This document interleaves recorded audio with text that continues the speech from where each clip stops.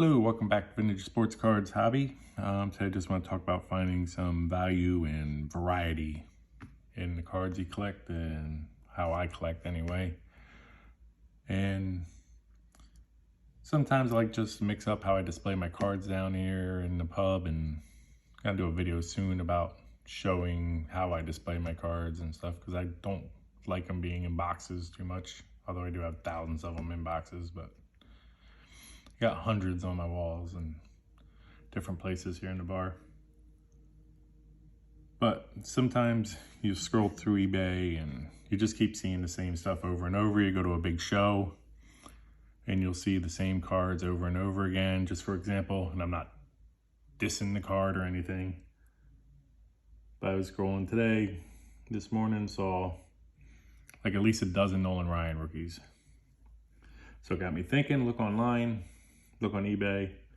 There are 375 graded Nolan Ryan rookies listed today. There are 465 non-graded Nolan Ryan rookies.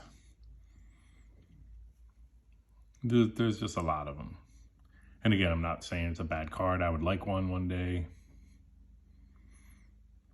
But it's just something you see every day. And even a lot of my cards, I have a lot of these 60s, mazes, mantles, Clementes, you name it. And there's hundreds and hundreds of them every day listed, and you can see them walking around the card show, like major card shows anyway, pretty regularly. So sometimes it's just nice to see stuff you don't see quite all the time. So off here, this is 62 post Mickey Mantle, and they're not super rare, again, but they're rarer than the Topps issues of those days. Probably even rarer than the Bowman issues of the earlier 50s. There's probably less of them still in existence. So it's just not stuff you see every day. Just realize you're buying these, especially if you buy them raw. It's just a blank back. These cut out of cereal boxes, I believe. A lot of them are just kind of grade authentic. Kid all hyped up on Raisin Bran sugar and got scissors cut out. Wasn't thinking in 1962 about getting it graded one day. So a lot of them are going to be like kind of miscut or things like that. But again, it's just, I don't like just seeing the same stuff on my walls all the day. So someday I'll mix. Some days I take stuff down, put other stuff up, and I'll take down a $300 card and put up a $20 card just because, yeah, it's cool. Something you don't see every day. Card that prompted this video is at a little local show recently, and the guy had a OPG Mattingly rookie. I'm like, that's cool. I don't remember the last time I saw one of them. I didn't buy it that day. This was a little overpriced and didn't like the condition quite as much. But then literally a few days later, on a Facebook forum, guy popped up with like 4 of them. I picked up 2 of them. Everything, and it's just tons rare. Something you don't see as much as the Topps rookie. It's not worth a lot more. It's worth a little bit more, which is unusual. Back in the day, the OPGs used to be worth less. Now they are worth slightly more. They carry a slight premium, but not anything significant.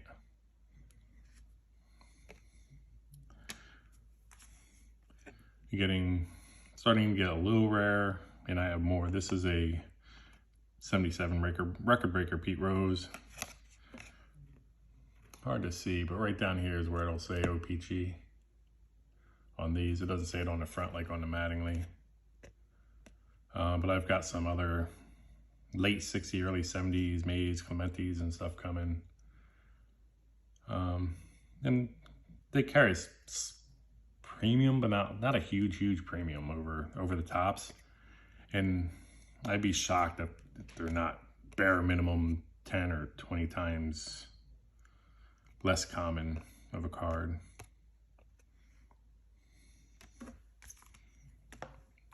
Look through other things, going through dollar boxes. I don't have a lot of 52 Topps. Definitely want to add some more.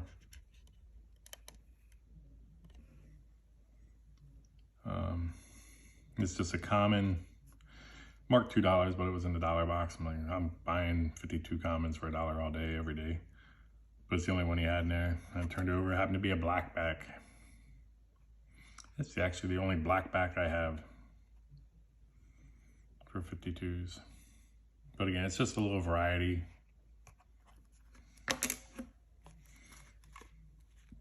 Another way, everything doesn't have to be cookie cutter for me. Like everything doesn't have to be SGC, PSA, Beckett, whatever. Just like an older slab. It's just something different to see in my case. Presents it a little bit different. I'm fine with it. I don't need to upgrade the slab. Although my understanding is if you do, you send this in, even though it's an older slab, as long as it's not cracked or anything, which this isn't. 30 bucks, I don't even remember when I bought this. But as long as it's not cracked or anything, my understanding is they just re-slab it. You actually even get a new number and your grade stays the same, at least with SGC, that's my understanding, as long as the slab's intact.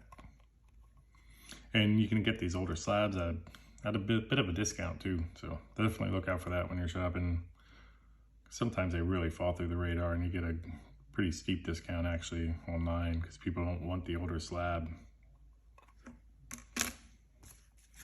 Another thing are 80s and 70s food issues. Here's a Mike Schmidt Coca-Cola. I do have a bunch of the Burger King somewhere too. I couldn't find them in my boxes today. Same as the tops. They just have that Coke logo up here. Even actually says Tops down here. Tops made them for Burger King, or Coca-Cola and Burger King actually. The Burger Kings carry more of a premium than the Cokes. Like I said, I got some, who knows where they are. I got a lot of cards. But it's just nice to see something different. Little, mix it up once in a while, look at different stuff. Here's another one. Drake's Cakes, George Brett. These I think were printed a lot higher numbers than like those Cokes and Burger Kings. Another one I'd like to find are, I think it's 73, one of the 70s years of the Kelloggs cards.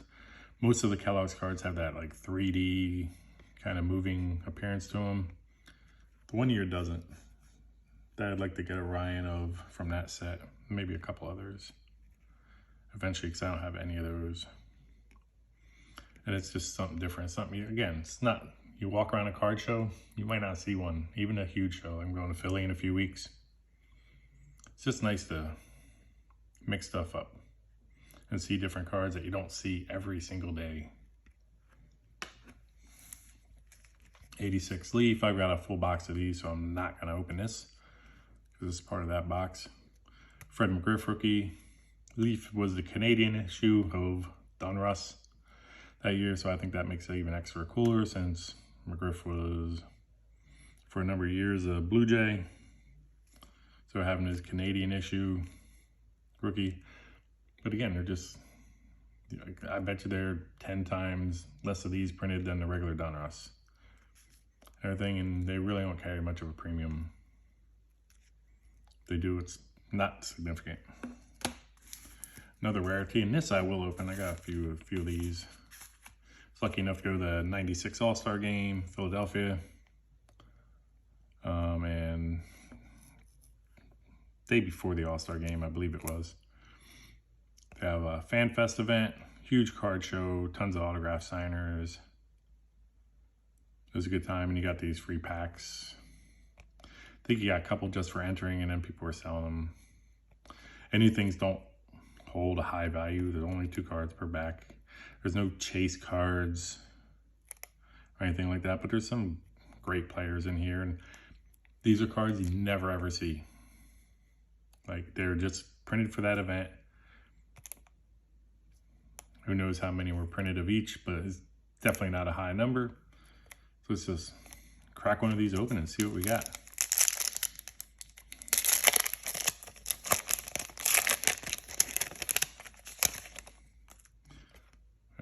Hideo Nomo.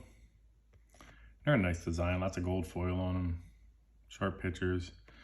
Got the Philadelphia landmarks in the background. I think it's Independence Hall, and Billy Penn statue or monument. And a Manny Ramirez. Backs. 30 card set. There are Ken Griffey Jr. and I believe Greg Maddux in there. Frank Thomas is definitely in there. Ripken. Many of the great stars from the 90s are in that set. But again, like, there's probably a ton of people have never seen one of these cards ever. It's just not something you see every day, and they don't, again, they're not super valuable by any means. But who knows, maybe someday something will happen, they'll get press and they will be valuable. That's not why I really collect. But it's just, again, something you just don't see. And it's nice to mix it up a little bit and have different stuff.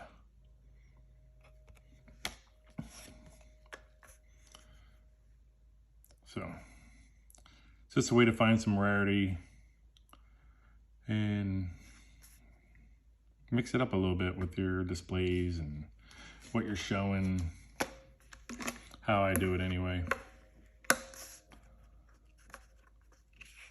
There's all different ways to you. You also got these minor league sets from the 80s. These were kind of popular, but again, you can't tell me this was printed more than tops 87 or 88 tops. 87. That's what year this is. And Doc's rookie was 85, I believe.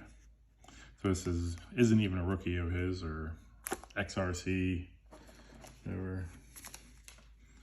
Here's a set with Edgar Martinez. You can still get these sets probably for the same price I paid in the 90s. I think they're like $5-6 or whatever. So again, I'm not saying these are great investments or anything. Just if you're looking to mix it up and look for some of your all-time greats, just ways to think outside the box and look for some issues. And a lot of people are into doing runs now of like every, say, George Brett card. Like, well, there's one you might not have, so you can look for it. So just look for different lines and brands and different collectibles out there for your PC, and enjoy your hobby however you do it.